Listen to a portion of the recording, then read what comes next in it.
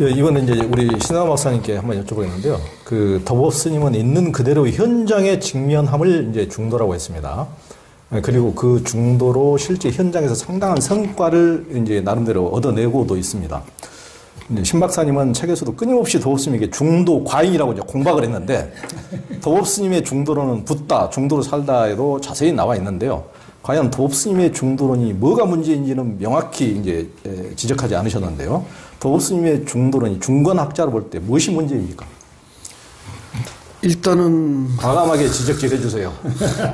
오늘은 조용히 가려고 그랬었는데 싸움을 붙이네. 예. 붙이는 대로 해야지 뭐 어떻게 오늘 도망가고 싶어. 오늘은 그러고 싶지가 않아요.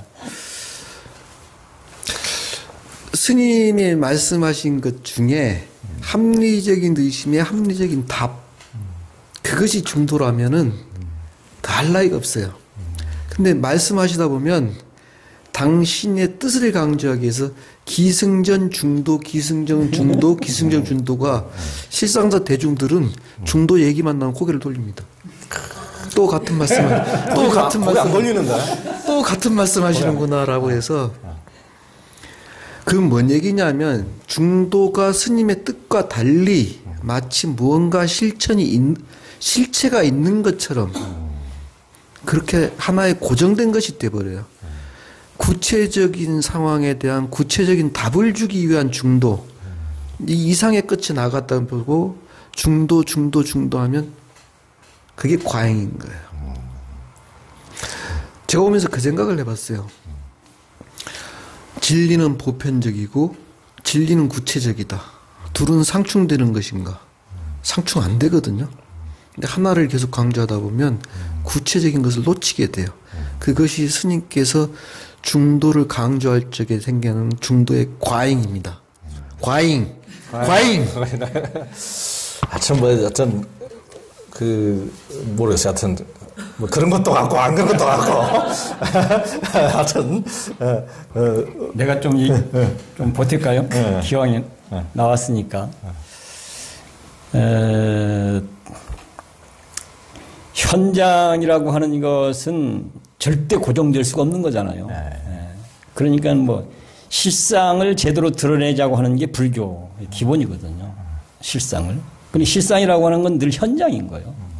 현장이기 때문에 불교 이 현장 문제를 불교 교리적으로 얘기하면 그것을 무슨 뭐 무상이다, 무아다, 연기다, 공이다, 또는 뭐 금강경시로 말하면 무주상이다, 응무소주, 이생 이렇게 표현되어지는 거잖아요. 늘. 그러니까 현장에 직면하면 어떤 유식에도 고정될 수 없고 중간에도 고정될 수 없고 대승에도 고정될 수 없고 촉에도 고정될 수 없고 선에도 또는 뭐 교회도 또는 불교에도 기독교에도 또는 세속에도 또는 출세관에도 어디에도 고정되지 않게 되는 거예요. 현장에 직면하게 되면. 그래서 중도라는 언어는 개념 자체는 하나의 언어지만 그 중도란 말이 전하고자 하는 내용은 그야말로 우리 신 박사가 좋아하는 연기, 공의 정신에 가장 투철한 하나의 언어라고 저는 봐요. 그러니까요.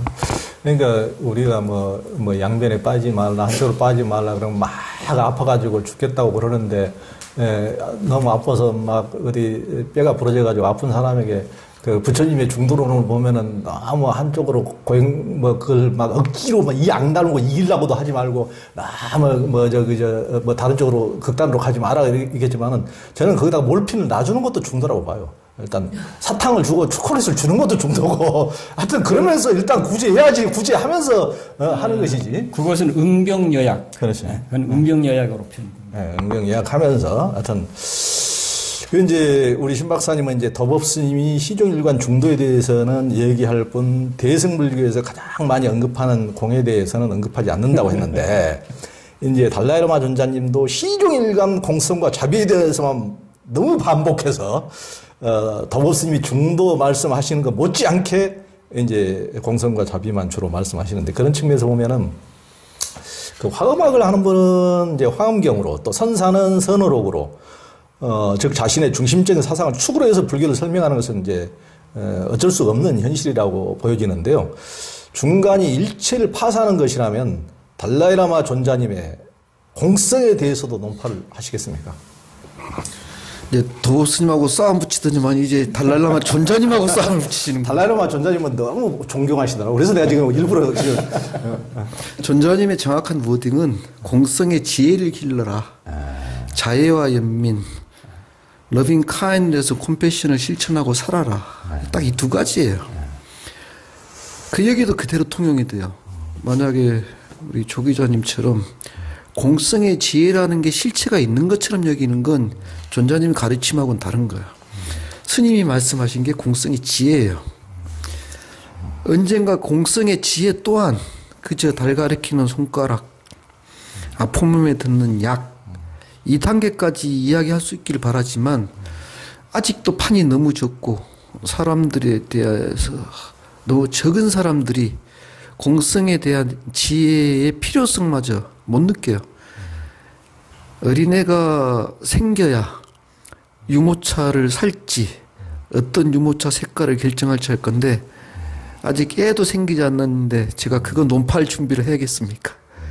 언젠가는 그것이 과잉되면 이것 또한 그저 언설로 된 것뿐이라고 얘기할 날이 오겠지만 제가 살아있을 때 그런 날이 와야 되는데 말입니다. 그러니까 우리 신 박사님은 이제 중간학자는 자기의 주장하는 것이 아니고 남의 주장만을 깨는 것이다, 논파하는 것이다. 그래서 예전에 함양의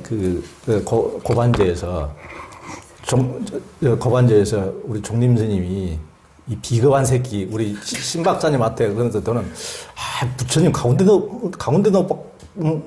또막 같으신 우리 종림 스님께서 어떻게 저런 험한 말씀을 내가 그래서 너무 과하신다. 자기가 모르니까 저렇게 그냥 과격한 언선을 쓰시는구나 했더니 나중에 보니까 이 책 읽고 보니까 종림스님이 너무 이해가 가더라고. 너무 비겁해. 이건 하긴 중간학자의 문제가 아니고 용수보살께서 문제가 있고 용수보살께서 아니 맞짱을 뜨려고 같이 떠야지 왜 한쪽 일방적으로 깨기만 하냐고. 주장을 상대 주장을 깨기만 하고 말이야. 자기는 아무것도 가지 않고 그냥 일방적으로 두들 패기만 한단 말이에요. 참말로 비겁한. 네, 그에 대해서 말씀 좀 드릴게요. 아는 사람들은 다 아는 얘기인데, 종림 스님이 어떤 사람이 윤회가 있습니까? 물어보고, 저를 보고, 제가 윤회를 믿으니까 저한테 물어보라고 그랬어요. 제가 화를 벌컥 냈어요. 내가 언제 윤회를 믿고 윤회가 있다고 그랬냐고. 스님이 없다고 하니까 내가 그렇지 않다고 얘기한 것 뿐인데. 당신께서의 평생의 소원은 우리나라의 지적 사상계에, 그러니까 사상계에 불교가 선한 영향을 끼치길 바라는데, 마치 화엄교학이 성리학의 탄생에 대한 시대적 배경이 됐던 조선시대의 이기 논쟁처럼 불교가 우리 시대의 상황 속에서 자기의 사상적 역할을 하기 바라는데 그걸 못하고 있다는 걸 매우 안타까워하세요. 대신에 저는 그와 달리 그건 불교의 지향점이 아닙니다라고, 그렇지 않다는 얘기를 하고 하면은, 그럼 너도 뭔가 주장을 해야 되지 않느냐, 이 사회를 위해서, 사상계를 위해서. 중간학파는 있는 것을 논파할 뿐 주장하지 않습니다라고 하면 이제 비겁한 새끼를 그러세요. 그래서 저는 좀 비겁할지 모르지만 옳은 길을 가고 있다고 확신합니다. 그래요. 남이 밥그릇 뒤집으려면 당신도 먹지 마. 남이 밥 못 먹게 하지 말고. 저 손으로도 잘 먹어요. 어쨌든 이제 나는 아까도 이제 이건 뭐 전통적으로 모든 불조의 말씀은 이제 응병여약이고 표월지지다. 달을 가르치는 손가락이고 병에 따른 약 처방이다. 이게 이제 전통적으로 갖고 있는 불교를 어떻게 볼 것인가 했을 때 불교는 이런 것이다. 이렇게 하는 겁니다. 그래서 공이라고 하는 것도 약인 것이죠. 약. 그러면 난 약이 되게 쓰면 된다고 봐요. 근데 약이 되게 쓰는지 안 쓰는지 잘 모르겠어요. 그냥 논파를 계속 해요. 공이야. 그렇게 해서 이것이 약이 돼갖고 현재 막힌 숨이 훅 트인다면, 그건 당연히 그거 옳은 것이기도 하고 좋은 것이기도 하고 마땅히 그래야 되겠죠. 근데 우리는 논파하고 있는데 약이 되고 있는가 이게?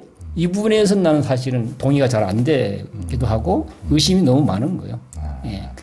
이런 걸 더 쉽게 얘기하면 합리적 의심에 답이 안 나오고 있다. 그러니까. 저도 한마디 더. 해서 스님이 중도란 말을 빈도가 약 80% 줄어들으셨어. 그러면 이미 약이 된겨. 아우, 중도의 약입니까? 그 효과입니까? 하여튼. 그건 난 잘 모르겠고. 스님도 중문학자야, 봐봐. 맨날 남이 깨기만 하지. 별로 자기 주장 안 하시잖아, 이제. 아니, 그거 아니요. 할 얘기가 있으니까 얘기하는 거잖아요. 책을 보면, 내가 이 책 딱 보면서 처음에는 이런 거 갖고 책 만든다고 하니까 그게 하나 이제 좀, 참 놀랍다 생각했던 것이고, 책이 나왔을 때 책 목차를 보니까 전부 중도로 해놨어. 중도로 뭐 부처님 생애를 공부한다, 한국 불교를 논한다, 이런 식 교리를 논한다. 불순한 의도가 있죠. 도우심을 깨기 위해서. 그래서 그걸 보면서 나는 뭐라고 얘기해야 되나?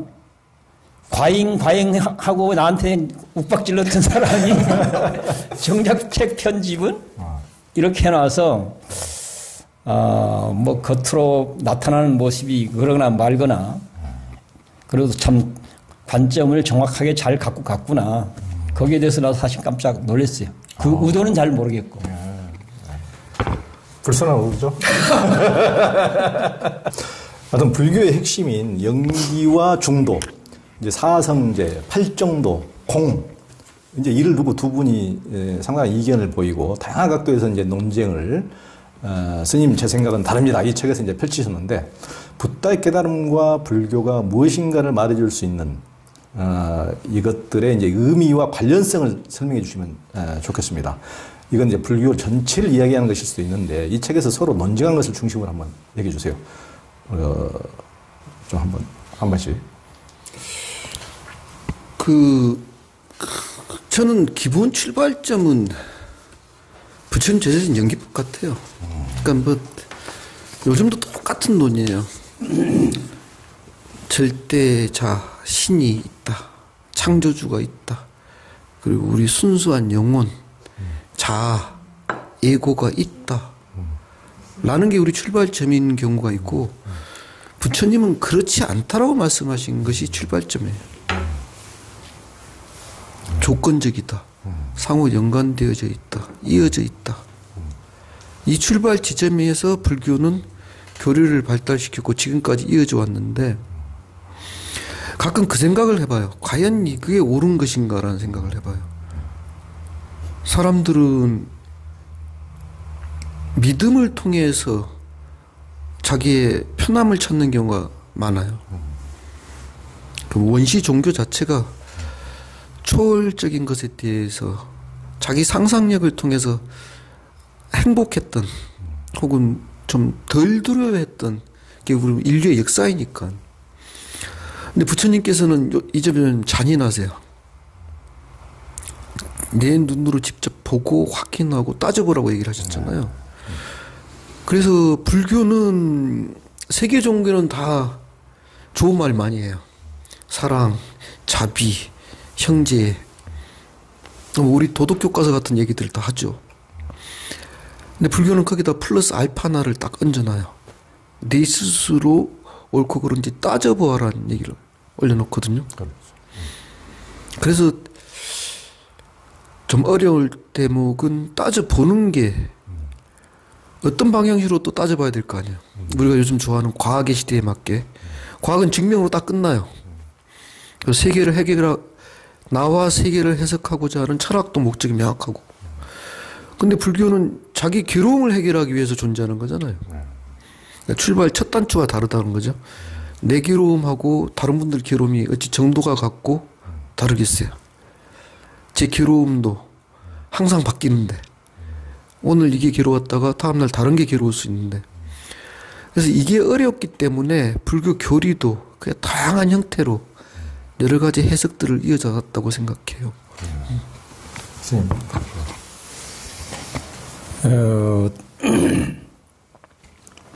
나 같은 경우는 이제 어쨌든 간에 이제 직면한 현장에서 삶의 문제가 생겼고 그것을 어떻게든 풀어내야 된다고 생각을 해서 거기에 맞춰서 이제 불교를 천착해 오는데 그런 과정에서 보니까 불교 현장 삶으로 얘기될 수 있는 가장 원형은 뭐 화엄경도 아니고 니까야도 아니고 중관도 아니고 유식도 아니고 부처님 삶이었다고 나는 봤어요. 부처님 삶. 삶이라고 하는 건 매우 총체적이잖아요. 그렇죠. 어떤 논리도 총체적으로 어떻게 총체적인 논리를 하더라도 그 논리 한계를 가질 수밖에 없어요.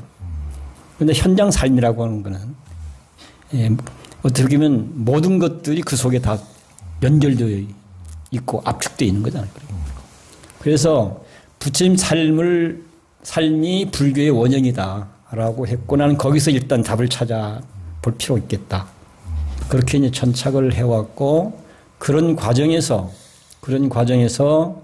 부처님 생애의 맥락을 따라가 보면 세속을 한번 버리죠. 출가를.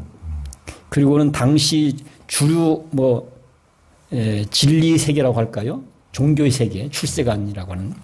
거기 와서 이제 또 선정 수행도 하고 고행 수행도 해요. 근데 해답이 안 나와요. 이걸 버려요. 그러니까 결과적으로는 누군가에 의해서 제시되어진 길에서는 답을 못 찾은 거예요. 없어 이제. 훗날 얘기는 보면 그건 못 쓰겠더라 이렇게 하고 있어요. 내가 6년 동안 해봤고 최정상까지 올라가 봤지만 답이 안 나오고 못 쓰겠더라고. 그거 가서는 안 되는 길이다. 그는. 그리고는 다음에는 당신 방식으로 하는 거잖아요. 당신 방식으로 하고 거기서 답을 찾았어요. 그리고 훗날 이걸 중도라는 말로 표현했어요. 그래서 부처님 법문에 보면 중도에 관한 이야기는 실천의 진리를 중도라고 표현하고 있고 이 중도의 길을 따라서 가서 파악된 내용이 연기라는 말로 표현이 되고 있어요. 그래서 실천의 진리는 중도라는 개념으로 표현되고 있고 그리고 우리가 깨달아야 될 존재의 진리, 존재의 진리는 연기라는 말로 표현이 되고 있고 이것을 이제 비유로는 나는 옛 길을 발견했다. 옛 길을 따라가 보니까 옛 도시가 있더라. 결국 이거 갖고 난 얘기를 하고 있다. 지금 그렇게 얘기를 하고 있거든. 그래서 옛 길은 실천의 진리인 중도. 옛 도시는 연기로 이루어져 있더라 얘기하고 있는 거잖아요. 도시가. 연기. 이게 이제 부처님이 깨달은 내용이라고 이제 봐요. 내가 볼 적에는. 그래서 지금 내가 지금 중도를 얘기하는 것은 훗날 중도 얘기가 복잡해지거든요. 그 이전에 부처님 생애에서 내 나름대로 파악한 가장 원형적인 중도는 이런 것이다라고 난 얘기하고 있는 거예요. 가장. 그리고 내가 해본 바로는 그렇게 접근하니까 중론이든 유식이든 화엄이든 니까야든 대승이든 지금 여기 현장의 실상, 현장의 문제 여기에 답이 될 수 있도록 해석하는 게 다 가능해져요. 그게 불가능하지 않아요. 다 가능해. 난 거기에 확신을 갖고 있어요. 이런 것들이. 그래서 부처님이 기존 했던 방식을 다 버리고 당신 방식으로 해서 깨닫는데 그 기간은 그렇게 오래 걸리지 않아요. 이게. 근데 우리 이게 전체를 다 한 통으로 묶어서 보다 보니까 깨달음이라고 하는 게 대단히 그냥 특별하고 신비하고 어렵고 이렇게 가고 있는데 그거는 이걸 한 통으로 묶어서 보기 때문에 그렇게 봐요. 정확하게 보면 두 가지는 못 쓰겠다 했어요. 못 쓰겠다. 그리고 내가 해보니까 중도적으로 해보니까 답이 나오더라. 그리고 실제 내용으로 들여다봐도 기간이 많이 안 걸렸어요. 오히려 깨닫고 나온 다음에 그걸 음미하느라고 시간들을 많이 보냈지. 깨닫는 것 자체는 오래 안 걸렸어요. 그래서 이 부분을 우리가 좀 정확하게 봐야 된다는 것이고 그 다음에 두 번째 이 부분이 설득력을 갖는 이유는 초기 제자들입니다. 하나는 오비구, 그리고 야사비구, 그리고 삼가석, 그리고 사리불과 목걸련. 소위 1250인이라고 명명되어지는 초기 제자들 한번 봐보세요. 거기서 가서 참선 수행해서 깨달아 이렇게 얘기하고 있지 않습니다. 거의 다 대화합니다. 법문으로 다 다시는 깨달음을. 그래서 이런 맥락들을 잘 봐보면 우리가 생각하거나 지금 강조되고 있는 일반적인 이야기로서의 깨달음이라고 하는 것, 수행이라고 하는 것하고는 다르다. 적어도 원천으로 보면 이런 게 하나인지. 그래서 굳이 이것을 한번 이제 예를 들어서 불교에서 얘기하는 깨달음이라는 게 뭘까 하는 부분을 예를 들어서 얘기를 좀 더 버텨볼게요. 요즘에는 우리가 이제 뭐요? 지구도 이제 좁아서 우주여행 얘기하고 있죠. 우리는 아마 늘 우리는 별나라에 가고 싶어 하잖아요. 반짝반짝 빛나는 별나라에 가고 싶다. 이제 요즘 와서 이제 우주여행을 가고 싶다. 나는 이제 우주여행을 준비하려한다.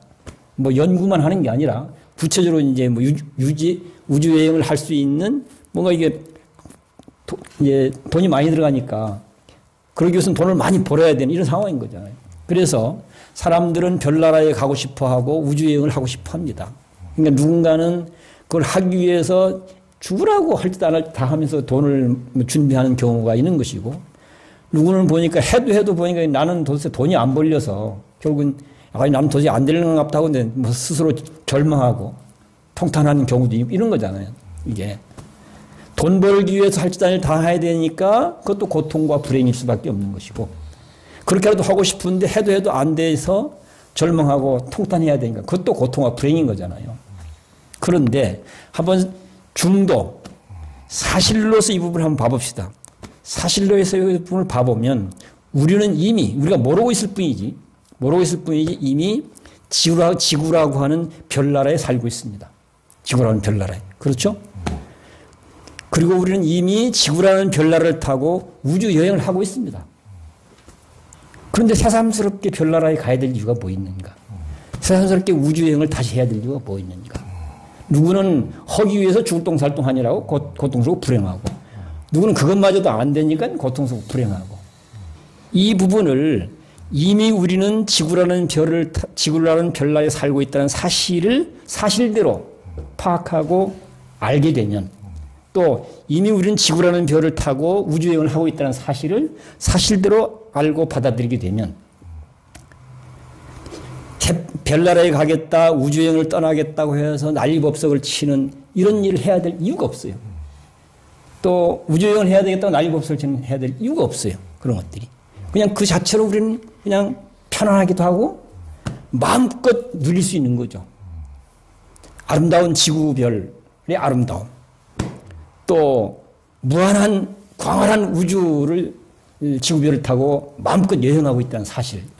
이 사실을 알고 사실을 받아들이는 순간 이런 고통과 저런 고통으로부터 조건으로부터 바로 정리되어질 수 있다는 얘기죠. 난 불교의 깨달음이 이런 거라고 봐요. 불교의 깨달음이 이런 거 바로 해결되잖아요. 즉각 사실을 사실대로 파악하고 이해하고 받아들이는 순간 그 헐떡거림이 바로 정리되어 버리는 거죠.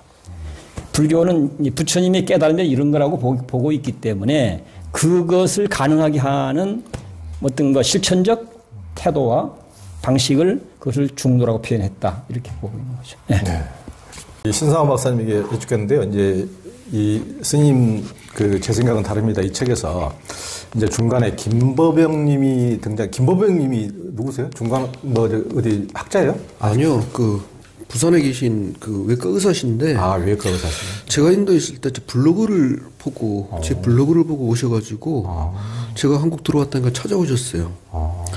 그때부터 지금까지 쭉 2년이 됐는데 우리나라 빨리의 경전 니까야 그거 감수자 명단에 보니까 김범용 사람한테 감사한다는 얘기가 나오더라고요. 빨리까지 배우신 거예요, 그분이? 배우긴 하셨는데. 경도 하고 그런가 보구나. 네. 그래서 우리가 요 책의 마지막에 당신이 그때 궁금했던 점을 추려놓은 게 중하고 중도 원본 텍스트가 있었던 거예요. 그분이 이제 부처님이 양극단을 버리고 중의 의지에서 법을 설했다고 한 대목을 가지고 이제 중과 중도 연기를 놓고 이야기를 한 대목이 나오는데요. 이 대목을 이제 신 박사님께서 더 좀 명확히 좀 말씀해 주시죠. 제가 이제 스님하고 이야기를 같이 나누다 보면 중과 중도를 그냥 중도로 다 쓴다는 생각이 계속 들어요. 양극단을 여유있다고 하는 그전에 뭐가 있었다는 얘기잖아요. 있다는 것도 있고 없다는 것도 있고 그것을 균형추를 찾아가는 게 중이라는 개념이에요. 그냥 중이에요. 중도가 아니에요. 중. 스님 중. 중. 중도는 중이지. 네. 중. 스님은 중학교 2학년이잖아. 지금 가운데 중입니다, 좀. 승 중이 아니고 지금 가운데 중. 네.